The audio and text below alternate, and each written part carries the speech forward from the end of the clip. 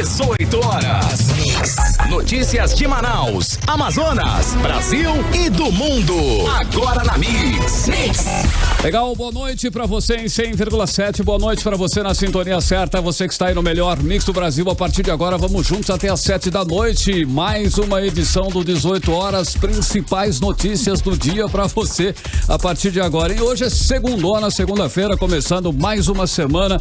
Começando aí mais uma edição do 18 horas neste dia 8 de fevereiro de 2021. Eu, Carlos Júnior e Karime Leão na apresentação. Ari Guedes ali na técnica, na operação. Wellington Trovão está lá no aplicativo Humano, transmitindo ao vivo e em cores mais uma edição do programa 18 horas. Alô, equipe de jornalistas e produtores do 18 horas. Boa noite a todos. Karime, tudo bem? Tudo ótimo, muito boa noite. Boa noite para você que acompanha a programação aqui da Rádio Mix. Estamos juntos até as 7 da noite. Lembrando que daqui a pouquinho o programa estará na íntegra lá no 18horas.com.br, o site de notícias da Mix Manaus. E estamos nas redes sociais, 18 Horas News. Dá um olhar lá pra gente, que a gente é legal, dá uma curtida. Acompanhe outras notícias só lá nas redes sociais, gente.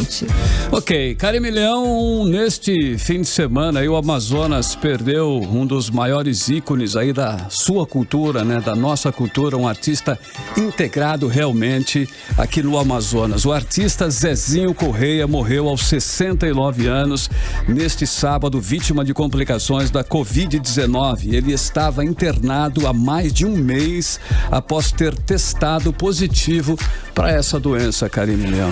Sem dúvida alguma, essa foi uma perda que todos nós sentimos, com certeza.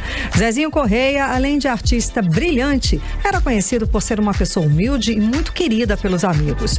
Dono de um sorriso largo e cativante, José Maria Nunes Correia, natural da comunidade de Imperatriz, em Carauari, ficou conhecido nacionalmente e internacionalmente, é claro, com aquele sucesso tic-tac, né?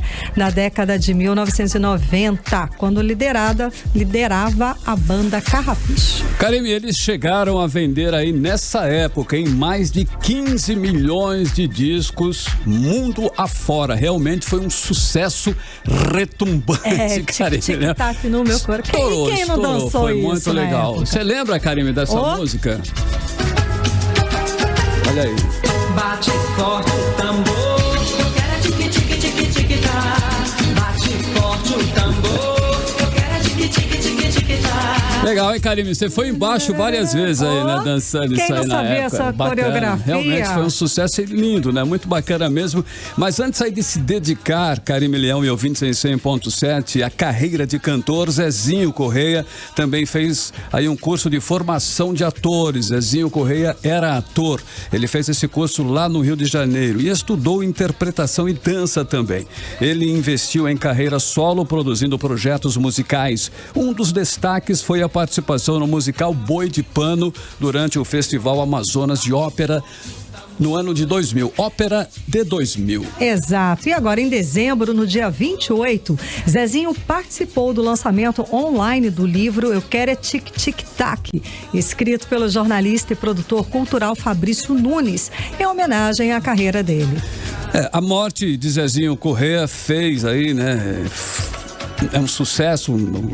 A morte do Zezinho Correia foi um destaque na imprensa nacional. Artistas intelectuais e fãs deixaram mensagens exaltando a importância dele para a cultura e para o carinho que tinham pelo artista. Exato, Carlão. Bom, em nota, a família do Zezinho agradeceu o carinho de todos e disse o seguinte, abre aspas, agradecemos imensamente o carinho de todas as orações e todo o amor que vínhamos recebendo dos fãs, familiares, amigos e admiradores dele. O céu ganhou mais uma estrela e com a sua luz brilhará para a eternidade. Fecha aspas. Muito bem, nossa homenagem aí, né, ao grande Zezinho Correia, que fez sucesso no Brasil inteiro e no mundo, e prestamos assim a nossa homenagem a ele. Começa agora mais uma edição do programa 18 horas. Hoje é segunda-feira, dia 8 de fevereiro, o ano é 2021. Você está ouvindo 18 horas. E neste domingo, dia 7 de fevereiro, foram registradas mais de 72 mortes por Covid-19 aqui no Amazonas e com isso o nosso estado ultrapassou a triste marca de 9.000 mortes pela doença desde 24 de março do ano passado, quando foi registrada a primeira morte da doença, que foi a do empresário de 49 anos de Parintins. Só nos 7 primeiros dias deste mês, já morreram 889 pessoas por complicações da Covid-19 aqui no estado. São 9.003 pessoas e não apenas números, é claro, a gente sempre fala aqui que são histórias, são pessoas, são homens, mulheres, pais, mães, tios, netos, sobrinhos, enfim, parentes, vidas que foram interrompidas por esse vírus. Esse número, sem dúvida, é absurdo. Só este mês, a média diária de morte foi de 127. Mantendo essa média, o Amazonas fechará o mês de fevereiro com mais de 3.000 mortes, superando janeiro, quando tivemos 2.522 mortes. E o Amazonas tem hoje a maior média nacional de mortes, com um percentual de 3,2%. Os idosos ainda são a principal vítima da doença, mas houve aí o que foi notado, também um aumento de 20% a 40% de mortes também entre o grupo de pessoas com idades entre 20 a 59 anos, segundo dados da Fundação de Vigilância em Saúde do Amazonas. A repórter Nathalie Moraes tem mais informações sobre esses números da pandemia aqui no estado. Vamos conferir. O presidente interino da Fundação de Vigilância em Saúde do Amazonas, Cristiano Fernandes, afirmou hoje, durante um pronunciamento nas redes sociais, que o Amazonas permanece na fase roxa da pandemia. Trata-se da fase mais crítica da Covid-19. Então, o estado do Amazonas ele apresenta uma estabilidade quando a gente avalia a questão da média móvel dos casos dos últimos 14 dias. Lembrando que nós ainda não saímos da fase mais crítica, nós ainda temos uma alta transmissão, então vale alertar os senhores. Em relação aos óbitos, que é o mapa na direita, nós tivemos uma variação em um aumento de 20%, isso em razão do número de óbitos que tem ocorrido diariamente, o número de pacientes que têm leitos de UTI. Então a gente sabe que esses pacientes apresentam quadros severos. Além disso, são óbitos que foram reclassificados e entraram no sistema, e a gente vai atualizando, falando da importância da vigilância e investigação do óbito para identificar esses prováveis casos que ocorreram anteriormente e que foram classificados agora. A situação do interior do estado segue preocupante. O município de Tefé foi apontado como o mais grave, assim como os demais municípios da calha do Rio Madeira. Além de Manaus, a gente tem essa atenção para os 61 municípios do interior e chama atenção pelas calhas dos regionais de saúde, algumas regiões que têm aumentado, isso é um fator de preocupação. O Médio Amazonas, o Triângulo, muito em relação a Tefé, o município de Tefé tem sinalizado com aumento de casos importantes, e isso acaba refletindo nos nossos indicadores. O secretário de Saúde, Marcelo Campelo, fez um alerta à população. Apesar de uma estabilidade no número de casos nos últimos dias, os números seguem altos e preocupantes. A taxa de letalidade estadual está em 3,2% acima da média nacional. Só para você ter uma ideia, em dezembro, o número de óbitos em Manaus era 17 e saltou para 126 no último dia 21 de janeiro. Aqui em Manaus, os bairros mais afetados pela Covid-19 é o bairro do Centro, que registrou 3.122 casos da doença, seguido do bairro do Santa Luzia, com 2.439 casos, e o Distrito Industrial, com 1.854, todos na última semana. A maior incidência de casos nós temos acompanhado aqui na cidade de Manaus, por exemplo, por bairro. Essa distribuição por bairro é importante nós monitorarmos, porque estamos fazendo uma ação em conjunto com a Prefeitura de Manaus para começarmos a trabalhar, inclusive, com o recebimento do lote de testes de antígenos, para trabalhar essa detecção de casos, também a detecção e dos contactantes e o isolamento dessas pessoas para ajudar aí no combate aí à contaminação. O Amazonas tem hoje uma fila de 307 pacientes com Covid na capital e 153 no interior, à espera de leitos para internação. Nathalie Moraes para o 18 horas. E encerramos a última semana com 2.424 pacientes internados e 535 na fila de espera por um leito. Esses números estão diminuindo, mas ainda de uma forma muito lenta. E o sistema de saúde continua colapsado, com a ocupação das UTIs acima de 95%. Karime, com esses números ainda nas alturas, começou a valer hoje o novo decreto do governo do Amazonas que flexibilizou as restrições de pessoas nas ruas. Antes, as restrições valiam por 24 horas e agora só das 7 da noite às 6 da manhã. A média móvel de isolamento está pouco acima de 50%, como explica a repórter Júlia Gomes. Os indicadores sobre a pandemia da Covid-19 no Amazonas, monitorados pelo projeto Atlas ODS Amazonas, atualizados até o último domingo, dia 7 de fevereiro, véspera dos ajustes do decreto estadual, mostram que houve poucas mudanças no cenário epidemiológico no estado. Com relação ao indicador de novos casos, que revela a velocidade de transmissão da doença na população, houve uma pequena desaceleração de apenas 19,5% na média móvel da última semana, em comparação com a média de 14 dias atrás. Redução considerada pequena pelo coordenador do projeto, o professor da Universidade Federal do Amazonas, Henrique Pereira. Ele diz ainda que a flexibilização ocorre em um momento de grande velocidade de disseminação da doença no estado. Essa redução ela é pequena, indicando que a média ainda de transmissão dos casos é muito alta, são 2.192 casos por dia, em média, no estado.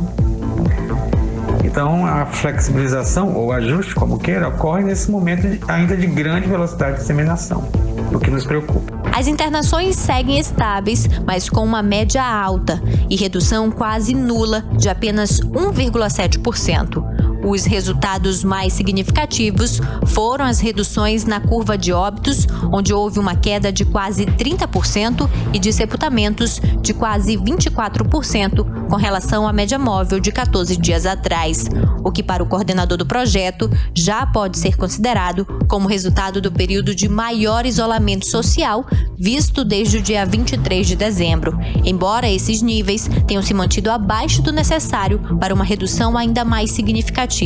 O professor Henrique Pereira diz que já há redução no nível de isolamento social nos últimos dias e que atualmente esse nível se mantém abaixo de 53%. Infelizmente, nós já detectamos uma redução de cerca de 1,3% na média móvel de 7 dias do isolamento social. Essa última média está em torno de 52,7% e há 14 dias atrás já estava em 53,4%. Então, há que se esperar que com a flexibilização haja nova queda nessa taxa de isolamento. E isso, novamente, torna-se ainda mais preocupante. Uma outra preocupação é que mesmo com redução de quase 30% na taxa de letalidade hospitalar na média móvel, que atualmente é de 51,7%, esse indicador ainda é o dobro do que se observava antes da detecção das novas variantes nas primeiras semanas de dezembro. Ainda há um impacto muito grande na população dessas variantes de maior disseminação e muito provavelmente também, pelo que se observa até aqui, é uma maior frequência de formas graves da doença. Júlia Gomes para o 18 horas. Bom, é sempre bom lembrar que com mais pessoas circulando pelas ruas, a gente precisa aumentar e até manter, e até aumentar todos os cuidados de prevenção, porque tudo bem, a vacinação começou, mas também as pessoas só vão estar imunizadas realmente depois da segunda dose e só o grupo que está sendo imunizado, não é? Então a gente tem que ficar alerta sim para as recomendações da Organização Mundial de Saúde, que é isolamento, evitar aglomeração, manter distância, lavar sempre as mãos com água e sabão ou usar o álcool em gel e usar a máscara facial protetora. Você está ouvindo 18 horas. Olha, mesmo com a flexibilização das restrições, o comércio e o setor de serviço continuam sofrendo as consequências graves da pandemia. Carlão, exatamente. Hoje, o presidente da Associação Brasileira de Bares e Restaurantes aqui do Amazonas, Fábio Cunha, anunciou a demissão de cerca de 10 mil pessoas. Vamos aos detalhes sobre essa situação agora na reportagem de Júlia Gomes. Na manhã desta segunda-feira, um grupo de empresários, donos de bares e restaurantes, se reuniu em frente ao sindicato da categoria para homologar as demissões de cerca de 10 mil funcionários. Com o fim das férias forçadas em janeiro e já esgotando seus recursos financeiros e a capacidade de endividamento, os empresários alegam que não têm condições de manter esses colaboradores em seus estabelecimentos. O presidente da Associação Brasileira de Bares e Restaurantes no Amazonas, Fábio Cunha, afirmou que a categoria é a maior prejudicada com os decretos do governador Wilson Lima e que desde o ano passado a categoria vem tentando manter seus funcionários, mas sem uma alternativa efetiva por parte do governo, não houve outra alternativa a não ser a demissão em massa. Desde do ano passado, em março, nós viemos sofrendo, fomos duramente impactados o setor da alimentação fora do lar. Dezembro, que era um mês para recuperação dos prejuízos, nós fomos novamente proibidos de trabalhar. E janeiro foi o pior mês da pandemia, porque os empréstimos venceram junto com as dívidas e mesmo assim nós conseguimos salvar os empregos dando férias coletivas. Só que agora, em fevereiro, nós não temos ainda nenhuma data concreta de retorno, nós não temos como nos planejar e por isso a única solução para todos é as demissões, infelizmente. Segundo a Abrazel no Amazonas, por mais que se tente fazer um decreto equilibrado, até o momento não há uma medida para atender todos os setores e que realmente resolva o problema do comércio no estado. Mais de 30% das empresas da alimentação fora do lar já fecharam suas portas definitivamente. Os empresários cobraram posicionamento do governador do Amazonas acerca de uma alternativa, como explica Fábio Cunha. Entregamos uma carta ao governador, também planejando as fases para o retorno do setor do comércio e da alimentação fora do lar. Porque o que nós estamos vendo agora está sendo criado um outro problema, que é o desemprego, o aumento da violência, e isso aí tem que ser desassociado da questão dos hospitais, a quantidade de leito. O comércio tem que ter uma solução para ele, o setor da gastronomia tem que ter uma solução para o retorno das atividades de forma controlada e de forma segura, mas é preciso retornar, porque o que está sendo criado também, o problema que está sendo criado com o desemprego pode ser até pior mesmo que a própria pandemia. Júlia Gomes para o 18 horas. Bom, e olha essa notícia aqui, hein? Em plena pandemia de coronavírus, Carime Leão e ouvintes em 100,7, a Petrobras anunciou que a partir da meia-noite desta terça-feira, dia 9, haverá aumento nos preços dos 3 principais combustíveis vendidos pela companhia. Olha só, a gasolina, o diesel e também o gás de cozinha. É o primeiro aumento após a reunião entre o presidente da estatal, Roberto Castelo Branco, e o presidente Jair Bolsonaro na sexta-feira, lá em Brasília. Exatamente, Carlão. O litro da gasolina vendido nas refinarias vai aumentar 7 centavos, o que vai levar o valor médio para R$ 2,25 por litro. Esse reajuste equivale a um aumento médio de 8,2%. No caso do diesel, o aumento será de 13 centavos, elevando o preço para R$ 2,24 por litro. Nesse caso, o valor equivale a alta de 6,2%. O gás de cozinha também será reajustado, com aumento de 14 centavos por quilo, passando para R$ 2,77, o que equivale, a um reajuste de 5,1%. E ao divulgar o novo aumento de preços, a Petrobras informa que os valores praticados têm como referência os preços de paridade de importação e dessa maneira acompanham as variações do valor dos produtos no mercado internacional e também da taxa de câmbio para cima e para baixo. Bom, e se esse percentual for aplicado nos postos, o preço da gasolina aqui em Manaus vai ultrapassar a casa dos R$5. Imagina, um valor totalmente fora da realidade da economia brasileira hoje, realidade que é marcada pela retração econômica, aumento do desemprego e elevação absurda absurda dos preços dos alimentos. Karime, infelizmente as notícias ruins na área econômica não param por aí. As tarifas residenciais de energia deverão ter um aumento médio de 14,5% este ano. A projeção é da empresa de tecnologia aplicada ao setor elétrico, que considera dados de todas as 53 distribuidoras do país, além de 7 permissionários. Carlão, e a análise desta empresa, ela mostra que as variações médias mais significativas devem ser observadas nas regiões centro-oeste, com reajuste aí de 21,2%, e a norte aqui pra gente com 19,4%. E a desculpa é que as companhias que fornecem energia elétrica para as residências foram muito impactadas pela pandemia de Covid-19. E tudo isso porque o isolamento social gerou uma diminuição drástica do consumo de energia pelos setores de comércio, serviços e indústria. A sobreoferta ocorre porque, para garantir que não falte energia elétrica para ninguém, as distribuidoras compram um produto com antecedência. Elas fazem esse cálculo com base no que a população normalmente consome e também projetam o quanto isso pode aumentar lá no futuro. Bom, ainda em relação à energia elétrica, a Ordem dos Advogados do Brasil, a seccional aqui do estado do Amazonas, anunciou à Justiça Federal com uma ação civil pública contra a empresa Amazonas Energia. A ação conta também com a assinatura do deputado estadual Álvaro Campelo, membro da Comissão de Defesa do Consumidor da Assembleia Legislativa. Olha, o processo pretende suspender os cortes no fornecimento de energia elétrica dos consumidores por inadimplência durante a vigência dos decretos estaduais e municipais de pandemia de Covid-19. A repórter Nathalie Moraes tem os detalhes desta ação. Após anunciar uma ação na Justiça na última semana para fazer valer a lei que proíbe o corte dos serviços de energia elétrica por falta de pagamento durante a pandemia no Amazonas, o deputado estadual Álvaro Campelo voltou a denunciar a empresa Amazonas Energia.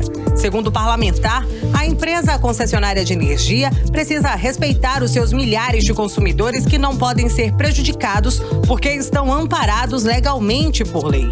O parlamentar, junto à Ordem dos Advogados do Brasil Seccional Amazonas, anunciou à Justiça Federal com uma ação civil pública contra a empresa Amazonas Energia pelos cortes ilegais. A Amazonas Energia se manifestou por meio de nota, afirmando que não está realizando cortes no fornecimento de energia elétrica por inadimplência em unidades residenciais.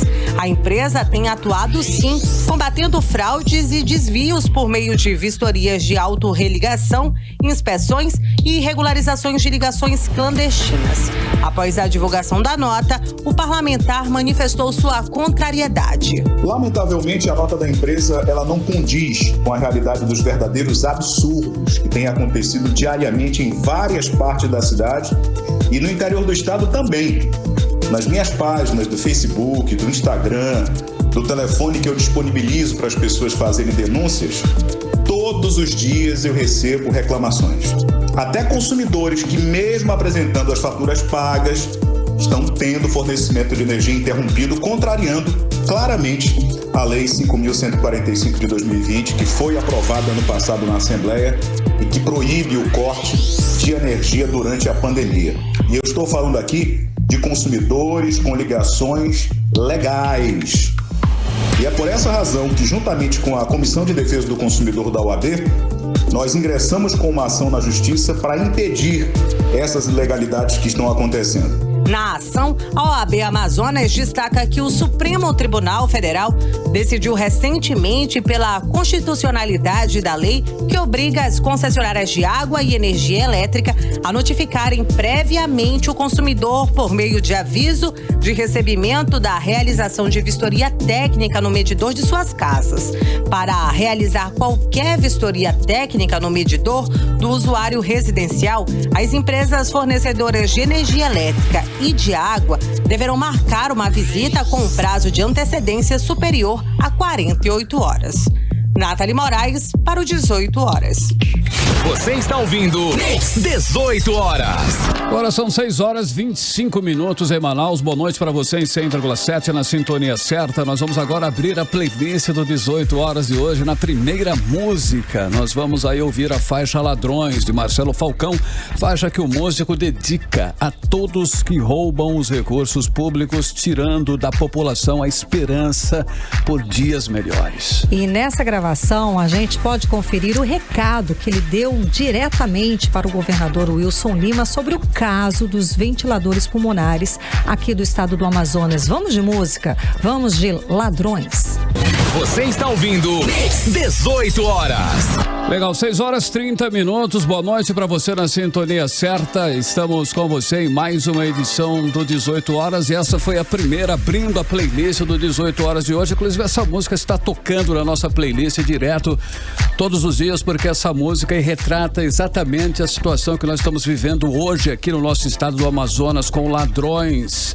E ela vai continuar tocando até a gente conseguir resolver, amenizar pelo menos essa situação. Marcelo Falcão, Ladrões, foi a primeira da playlist de hoje. Mix. Bom, e agora nós vamos conferir a previsão do tempo, hein? Para esta noite de segunda-feira e também madrugada de terça-feira. Previsão do tempo com Karime Leão. Previsão do tempo. Segundo informações do Climatempo, a previsão é de pancadas de chuva durante a noite e a madrugada. A mínima prevista é de 23 graus, a máxima pode chegar a 31 graus. As chances de chuva são de 67%. E a umidade relativa do ar fica entre 60% e 89%. 6h31, boa noite. Olha, o Ministério Público Federal investiga notas fiscais sem contraprestação de serviços no Hospital Newton Lins em 2020. O Ministério Público instaurou um inquérito civil para apurar essa falta de controle da prestação de serviços no hospital. Pois é, e o hospital foi contratado pelo governo do estado do Amazonas para tratar a pacientes com Covid-19 no primeiro pico da pandemia aqui no Amazonas e voltou a ser contratado este ano. O Ministério Público também apura irregularidades neste segundo contrato com o Hospital da Newton Lins. Vamos conferir os detalhes agora na reportagem de Odiné Araújo. No turf, popularmente conhecido como corrida de cavalos, um dos esportes mais arriscados para os apostadores, há um cavalo em que poucos apostam, por ter poucas chances de vencer a corrida. É o chamado azarão. O Hospital Newton Lins está sendo comparado com esse azarão no governo de Wilson Lima. Foi assim na primeira onda da Covid-19, quando a unidade foi alugada por R$2.600.000 e se tornou alvo de muitas denúncias, impugnação e investigação. O Ministério Público Federal no Amazonas abriu inquérito civil para apurar a falta de controle de prestação de serviços no Hospital de Campanha Newton Lins em Manaus, com indícios de faturamento de notas fiscais sem a contraprestação de serviços durante o ano de 2020. O hospital foi contratado pelo governo do Amazonas para tratar de pacientes da Covid no primeiro pico da pandemia no estado e voltou a ser contratado esse ano. A procuradora da República, Catarina Salles Mendes de Carvalho, atendeu representação recebida virtualmente pela sala de atendimento ao cidadão, noticiando fatos que consubstanciam o procedimento. Os problemas foram descritos, inclusive, pela CPI da Saúde. Já o Ministério Público do Amazonas abriu procedimento preparatório para apurar irregularidades na nova aquisição realizada pelo governo do estado quanto ao Hospital Newton Lins, contratado para reforçar o sistema de saúde devido à segunda onda da Covid-19. Segundo a portaria, mesmo com a pandemia, a contratação não exime a administração pública de zelar pela adoção da melhor escolha quanto à eleição do fornecedor, qualidade e economia dos bens e serviços contratados, bem como pela correta execução do contrato. Odiné Araújo para o 18 horas. 18 horas. E no mês em que o Amazonas ultrapassou a marca de 9.000 mortes por Covid-19, a Companhia de Saneamento do Amazonas, a COSAMA, leia-se do governo do estado, publicou no Diário Oficial do Estado da última sexta-feira o resultado da licitação para a contratação de empresas especializadas em fornecimento de serviços gráficos e difusão de informações e serviços da companhia, no valor total de R$ 4.360 360 mil reais. Exatamente. 4.360 mil reais. Carimil, o despacho foi assinado pelo diretor, o presidente da Cosama, Armando do Vale. Informa, inclusive, que os vencedores foram a WeBox Comunicação Visual Eireli, a Express Serviço de Comunicação Multimídia Limitada e a Nine Pro Eireli. Bom, essa informação foi levantada com exclusividade pelo jornalismo do 18 Horas. A reportagem completa está no 18horas.com.br e mostra, né, que você vai ler a reportagem e vai ver que nesse governo realmente a noção de prioridades ela está muito equivocada, né? Estamos vivendo a pior crise sanitária da história do estado, com mais de 9 mil mortes e ainda continua se gastando milhões em publicidade. O governo de Wilson Lima, ele gasta 5 vezes mais com publicidade do que com oxigênio, por exemplo. Em 2 anos, Wilson Lima pagou 32.700.000 reais com a compra de oxigênio medicinal e, ao mesmo tempo, gastou 176.500.000 reais com publicidade. O resultado dessa inversão de prioridade é que o Amazonas tem quase o dobro de mortes por Covid, que é a média nacional. 18 horas. Bom, vamos agora com uma ótima notícia, uma boa notícia para nós que estamos vivendo esse momento de crise, Carime Leão. O artista Nunes Filho, o príncipe do Brega, venceu a Covid, teve alta nesta segunda-feira e já está em casa com seus familiares. Maravilha, né? Vamos seguir então com as boas notícias, falar de vacinação.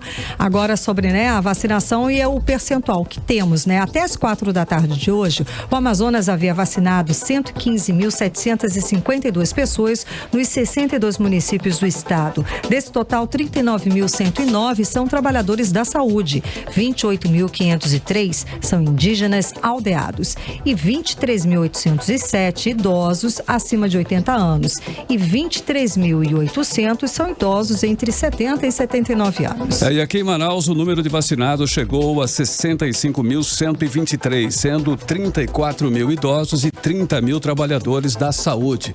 E neste final de semana chegaram para o Amazonas mais 96.200 doses de Coronavac. No total, o nosso estado já recebeu 555.620 doses da vacina. Segundo a prefeitura, com essa quantidade será possível vacinar todos os profissionais de saúde e todos os idosos acima de 70 anos. 18 horas. Entrevista do dia. E para falar mais sobre o envio de mais doses de vacina contra a Covid-19 aqui para o estado do Amazonas, vamos conversar com o senador Eduardo Braga, do MDB amazonense. Muito boa noite, senador. Tudo bem? Boa noite, tudo bem, graças a Deus. Boa noite. Primeiramente, o meu abraço a cada um de vocês e a minha solidariedade a todo o povo do Amazonas, não apenas pelas perdas dos amigos, dos parentes, mas por todo o sofrimento que todos nós temos enfrentado no combate a esse coronavírus. Muito obrigada, senador. Bom, e como é que está essa proposta? Existe uma proposta do Ministério da Saúde para enviar 1 milhão de doses de vacina aqui para o estado? Bem, eu gostaria primeiro de dizer que a velocidade com que nós estamos vacinando no Amazonas precisaria aumentar. Nós já temos, como você mesmo acabou de anunciar, 550 mil doses de vacinas no Amazonas e não chegamos ainda a 100 mil vacinados. Ou seja, 1/5 apenas das vacinas foram aplicadas em praticamente 10 dias de vacinação.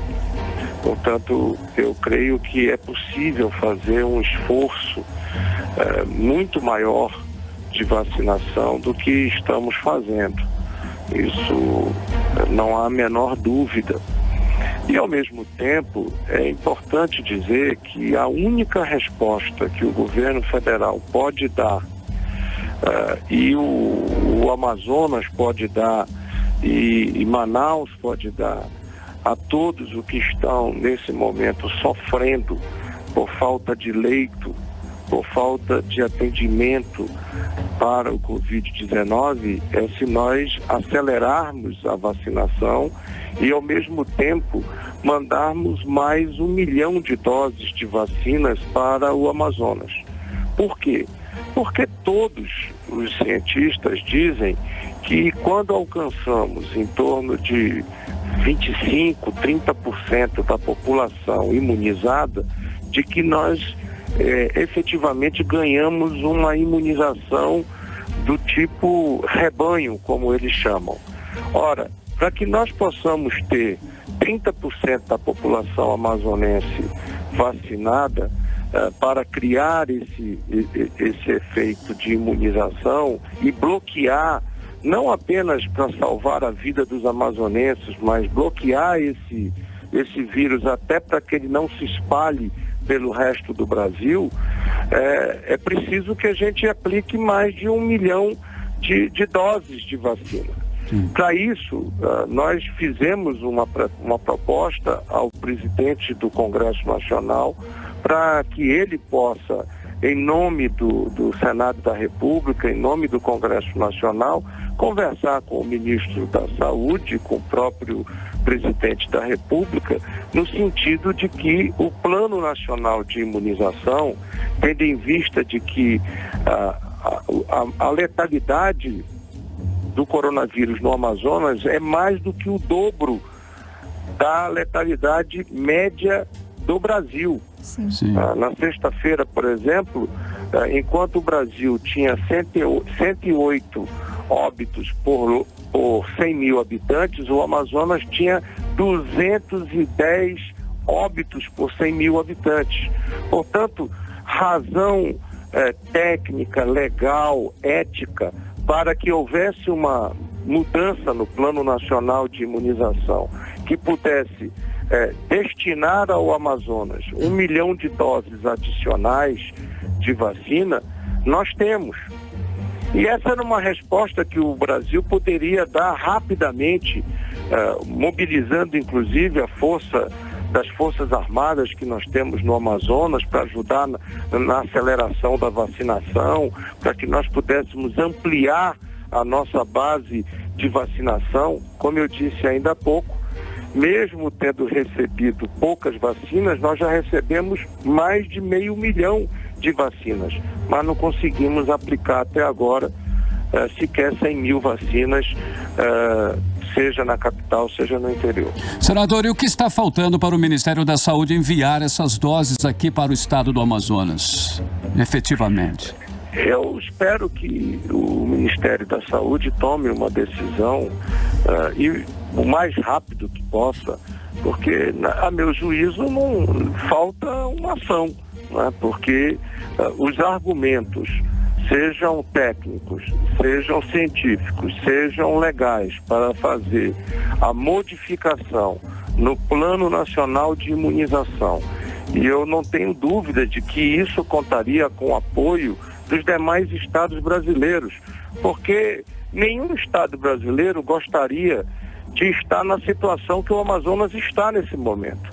Essa cepa que entrou no Amazonas é uma cepa extremamente letal, altamente contagiosa, porque ela contamina com muito mais velocidade do que a cepa que está em outros estados. Portanto, bloquear essa cepa no Amazonas, salvando vidas de amazonenses e evitando que essa cepa se espalhe pelo resto do país, creio que é uma atitude absolutamente necessária por parte do Ministério da Saúde e por parte do governo federal. Certo, senador. O senhor mencionou também a situação, da saúde aqui do Amazonas. Sabemos que está em colapso. Não seria esse o caso de uma ação até internacional para que os países enviassem e ajudassem o Estado com essa questão da vacinação? Olha, eu acho que tem duas questões aí. Primeiro, alguns países já se colocaram à disposição para ajudar o Amazonas. O próprio Estados Unidos se colocou à disposição para ajudar o Amazonas e me parece que não conseguimos apresentar um plano detalhado para poder receber a ajuda do governo americano. A China já se dispôs e já se colocou também à disposição de ajudar o Amazonas. A Venezuela mandou oxigênio para o Amazonas no momento em que nós, amazonenses, estávamos morrendo por falta de oxigênio. E ainda temos problemas de oxigênio. Recebemos, é bem verdade, oxigênio também do sul do país, que veio inclusive pela BR-319, o que deixou claro para todos que podem ter alguma dúvida com relação da importância da BR-319, como a BR-319 é a diferença, muitas vezes, entre a vida e a morte. Porque levamos 5 dias para chegar de Porto Velho a Manaus com os caminhões-tanques que levavam oxigênio brasileiro para a nossa população, numa distância que levaria algumas horas se a nossa estrada estivesse asfaltada.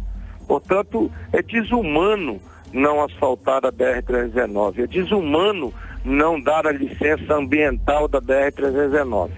Agora, há uma questão também de soberania nacional, portanto, eu não tenho nenhuma dúvida de que o governo brasileiro tem recursos financeiros, recursos técnicos, recursos operacionais que podem ser implementados de forma mais eficiente no Amazonas. Não foi à toa que eu pedi que houvesse intervenção do governo federal na saúde pública do Amazonas. Por quê? Porque o governo federal dispõe de vários instrumentos que poderiam estar salvando vidas no Amazonas. E, lamentavelmente, no mês de fevereiro nós temos convivido, e no mês de janeiro, convivemos aí com uma média de morte muito próxima dos 200 por dia no estado do Amazonas. E isso é lamentável. Morreu mais no mês de janeiro, não é? Na nossa cidade, no nosso estado, do que em qualquer outro momento da nossa vida. E nos últimos 11 meses, já, como você mesmo disse na abertura desse programa, 9 mil amazonenses morreram. Ora, por muito menos do que isso, o governo federal já decretou intervenção na segurança pública do Rio de Janeiro. E àquela altura não tinham morrido 9 mil pessoas por tiroteio ou pelo crime organizado no Rio de Janeiro. Portanto, eu continuo defendendo e achando que o Amazonas precisa ter uma ação mais efetiva por parte do governo federal e, de resto, como você já disse, a saúde pública estadual e municipal está colapsada e a gestão absolutamente desencontrada. Senador, o senhor falou em intervenção, então tem a intervenção e além da vacinação em massa, o que mais poderia ser feito aí, senador, para acabar com esse colapso na saúde do Estado, na saúde do nosso Amazonas? Bem, com relação às ações do governo federal, eu acho que essas duas ações seriam fundamentais para darmos uma resposta para salvar vidas no Amazonas. A intervenção na saúde pública e a vacinação. A intervenção na saúde pública até para que a gente possa entender para onde foram os 9 bilhões de reais que o presidente da República anunciou que foram para o estado do Amazonas. 9 bilhões de reais. 9 bilhões de reais não são 9 milhões.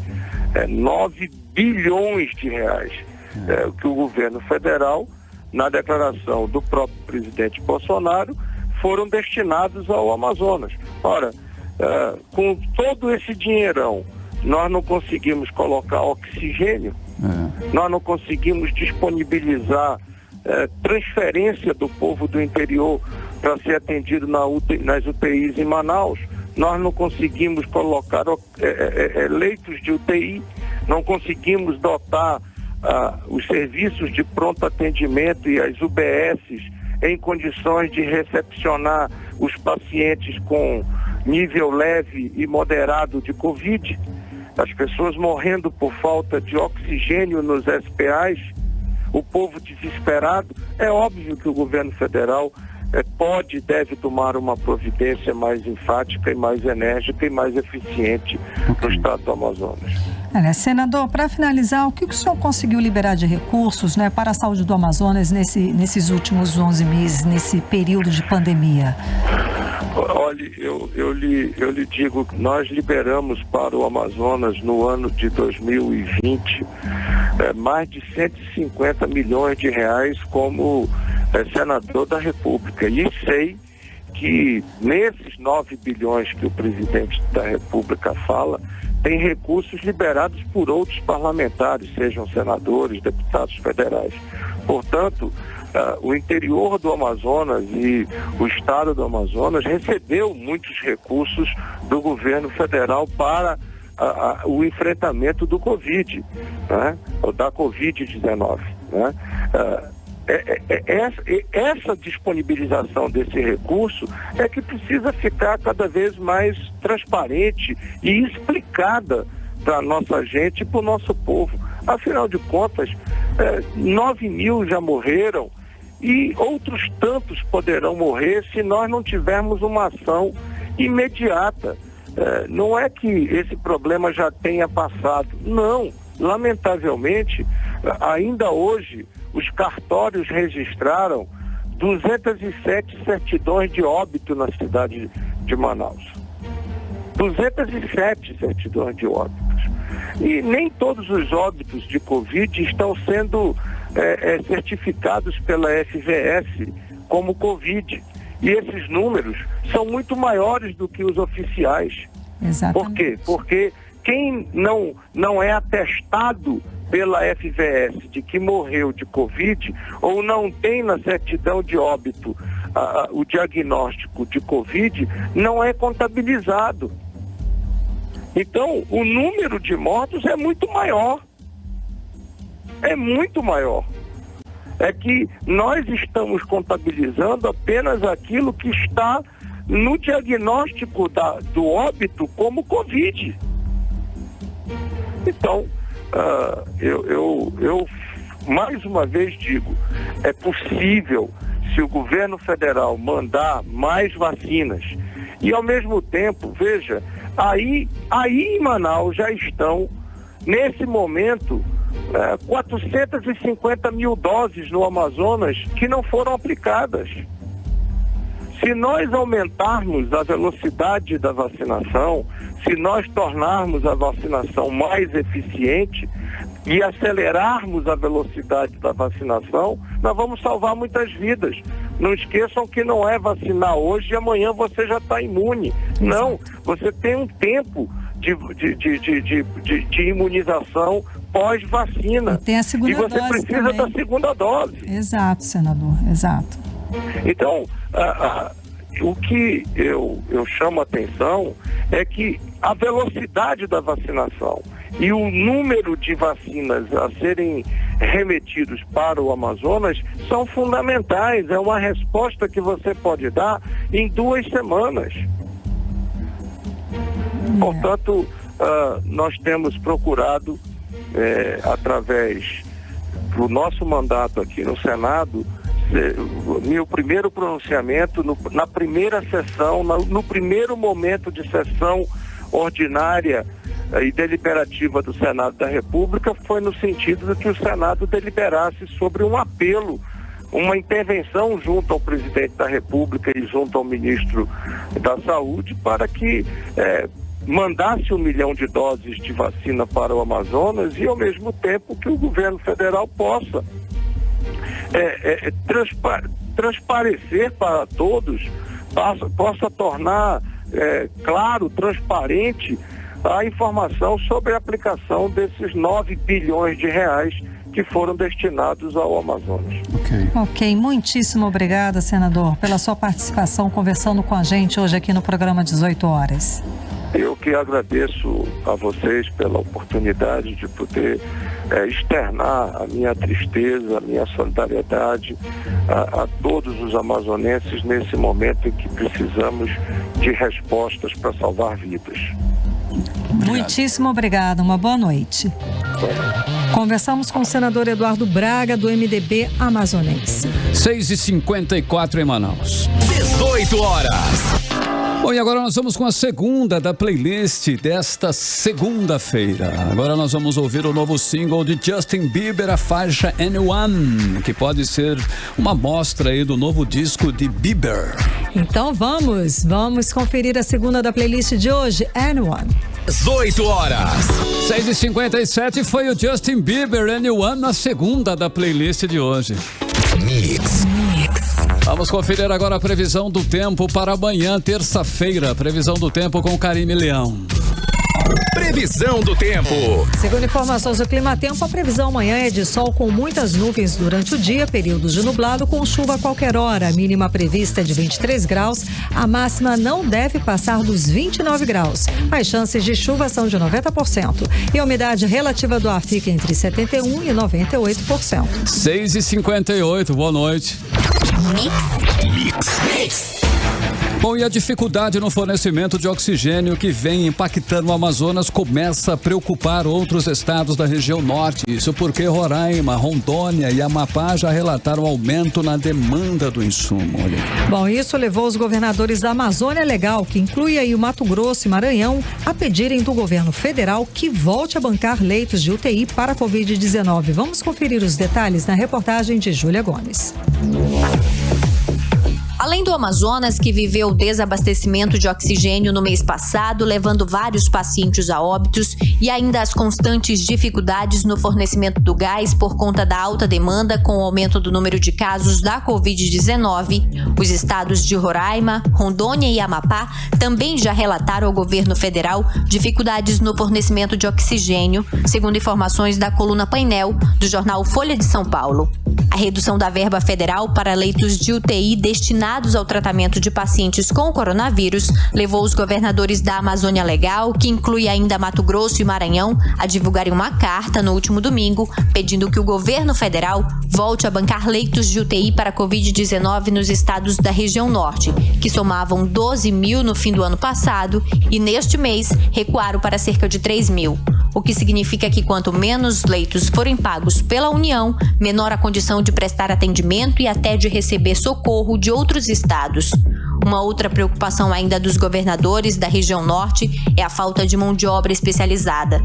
Durante coletiva de imprensa nesta segunda-feira, o governador do Amazonas, Wilson Lima, comentou sobre a situação no abastecimento de oxigênio, que agora preocupa os outros estados do norte, como o estado vizinho Pará. Hoje de manhã eu recebi, inclusive, a informação de que estados aqui, 3 estados da região norte, já correm o risco de ter problemas com o abastecimento de oxigênio. É o caso do Pará, Roraima e Amapá.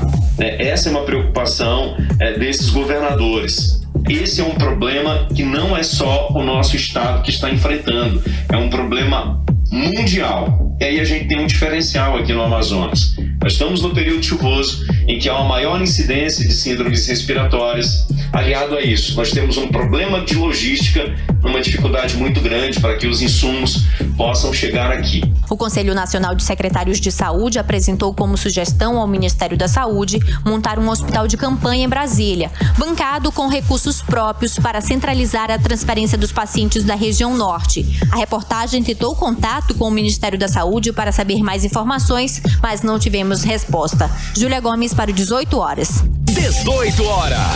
7 horas, 1 minuto. Vamos atualizar os números da Covid-19 aqui no Amazonas e no Brasil com Karime Leão.